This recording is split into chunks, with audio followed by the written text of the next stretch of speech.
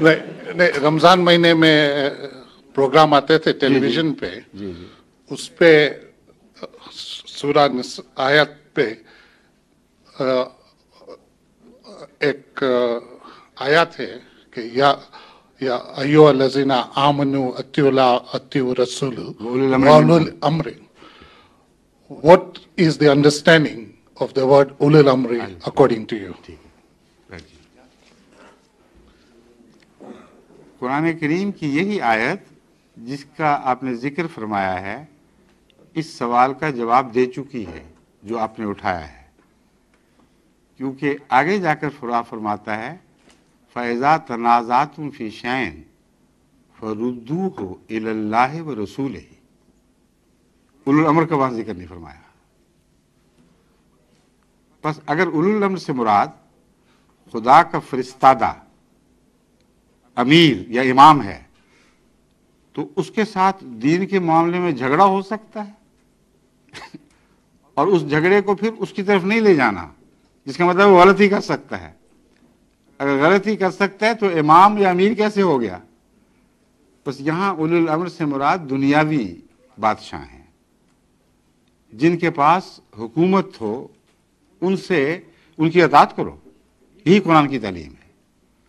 انگلستان میں آپ اطاعت نہیں کرتے برٹش حکومت کی، کیا قرآن کے خلاف کرتے ہیں؟ مگر اگر مذہب میں اختلاف ہو جائے، وہ کہیں نماز نہیں پڑھنی، وہ کہیں کلمہ نہیں پڑھنا، جیسا کہ پاکستان میں ایم جیوں کو کہا جاتا ہے، تو ہر بات میں اطاعت کرتے کہتے یہاں اب تمہاری اطاعت ختم. ردوہ الی اللہ ورسولہ. جب اولو الامر سے صاحب حکومت سے اختلاف ہو جائے تو پھر اللہ اور رسول کی بات مانو، اولو الامر کی بات بے شک نہ مانو. سمجھ گئے؟ شکریہ.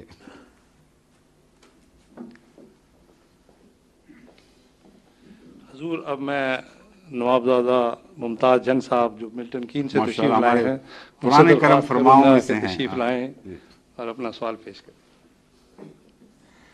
کیا حال ہے آپ کا نوابزادہ صاحب؟ بس حضور اب زبان بندی کا حکم ایسا ہے کہ میں صرف زبان حال سے ہی عرض کر سکتا ہوں کہ جو پروانے کا عالم ہوتا ہے شمع کو دیکھ کے بس وہی ہے.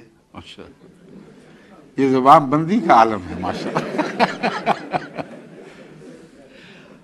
حضور کو علم ہے کہ مجھ پہ جو ایک کوہ غم ٹوٹ پڑا تھا اور گھبرا کے میں نے حضور سے رات 10 بجے استدعا کی تھی کہ دعا فرمائیں، تو وہ اس کا ایک معجزانہ نتیجہ ہے کہ صرف شکلی حضور بشاش نہیں دیکھ رہے، الحمدللہ دل بھی بشاش. الحمدللہ.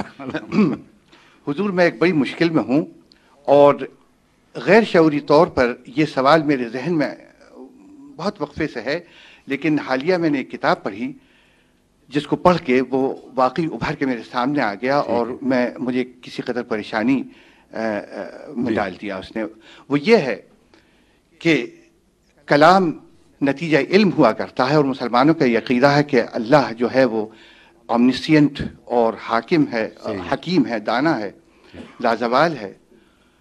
تو قرآن مجید میں اور عام مسلمانوں کا یہ عقیدہ ہے کہ حضرت آفرینش سے انسان جو تھا وہ مواحد تھا، اور اللہ تعالیٰ نے جب سے انسانوں کو گویا انسان بنایا تو ان کی ہدایت کا سامان بھی پیدا کیا.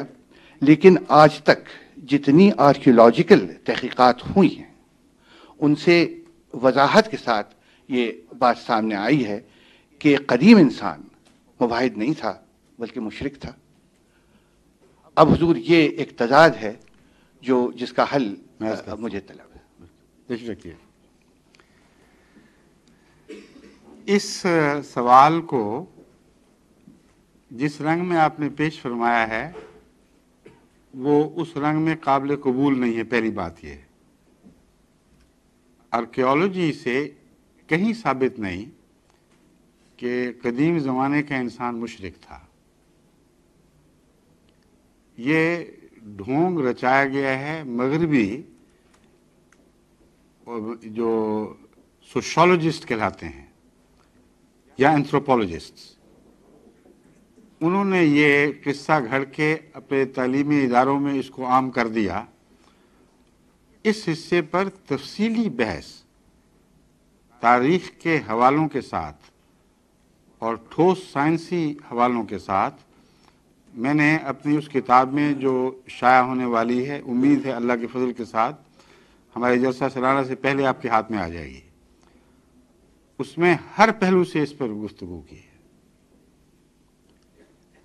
سب سے پہلی بات اہم جو خلاصتاً میں یہاں بھی بیان پھر کر سکتا ہوں، یعنی اس کتاب میں تفصیل آئے گی مگر یہاں مختصر میں عرض کر دیتا ہوں، یہ جو تصور ہے یہ اس طرح گھڑا گیا کہ انسان جب شعور کی ابتدائی حالتوں میں تھا، وہ جس چیز کو خوفناک دیکھتا تھا اس کے حضور سجدہ ریز ہو جاتا تھا، ٹھیک ہے نا؟ یہ ایوولوشن سے بھی قطعی طور پر غلط ثابت ہے، اور انسان کی ابتدائی تاریخ جو ہمارے علم میں ہے اس سے قطعی طور پر غلط ثابت ہے، کیونکہ وہ شروع سے ہی شکاری تھا اور ایگریکلچرسٹ بعد میں بنا ہے، اور کبھی بھی ایسا نہیں ہوا کہ شیر کو دیکھے تو پرانا انسان اس کے سامنے سجدہ کر دے یا ہاتھی سے ڈر کے اس کی عبادت شروع کر دے۔ یہ سراسر جھوٹ ہے۔ وہ تمام دوسری مخلوقات سے جو زمین پر تھیں ان سے بہتر دماغ رکھنے کی وجہ سے، بہتر ہتھیاروں سے ہمیشہ ان سے لڑتا رہا ہے، اور خداؤں سے کوئی نہیں لڑا کرتا اس طرح۔ تو یہ جو تصور پیدا کیا گیا کہ خوف کی وجہ سے بجلی کو دیکھا اس کو سجدہ کر دیا، طوفان آیا اس کو سجدہ کر دیا، شیروں بھوتوں جنوں کا تصور باندھ کے ان کو، یہ سب جھوٹ ہے۔ انہوں نے اس کی بنا رکھی ہے گریک میتھولوجی پر اور لیٹن میتھولوجی پر، حالانکہ اس میتھولوجی کے حوالے سے بھی یہ بات قطعاً غلط ثابت کی جا سکتی ہے۔ وہاں بھی بہت عظیم انبیاء پیدا ہوئے ہیں اور ان کی تعلیم کے بگاڑ کے بعد شرک آیا ہے، اور یہ سلسلہ ازل سے اسی طرح جاری ہے۔ یہ میں نے وہاں ثابت کیا ہے کہ کبھی ایک بار بھی ایسا نہیں ہوا کہ شرک رفتہ رفتہ ترقی کرتے ہوئے توحید کی طرف روانہ ہوا ہو۔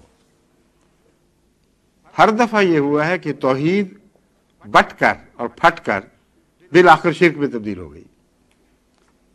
قرآن کریم نے اس کے ایسے ٹھوس دلائل دیے ہیں کہ کوئی دنیا کا سوشالوجسٹ اس کا جواب نہیں دے سکتا۔ حضرت آدم کے بعد حضرت نوح کے زمانے تک شرک ہو چکا تھا۔ آدم موحد تھے اور نوح موحد تھے، مگر قوم ساری مشرک ہو گئی تھی۔ نوح نے توحید کے لیے جہاد کیا اور خدا تعالیٰ نے آپ کی تائید فرمائی۔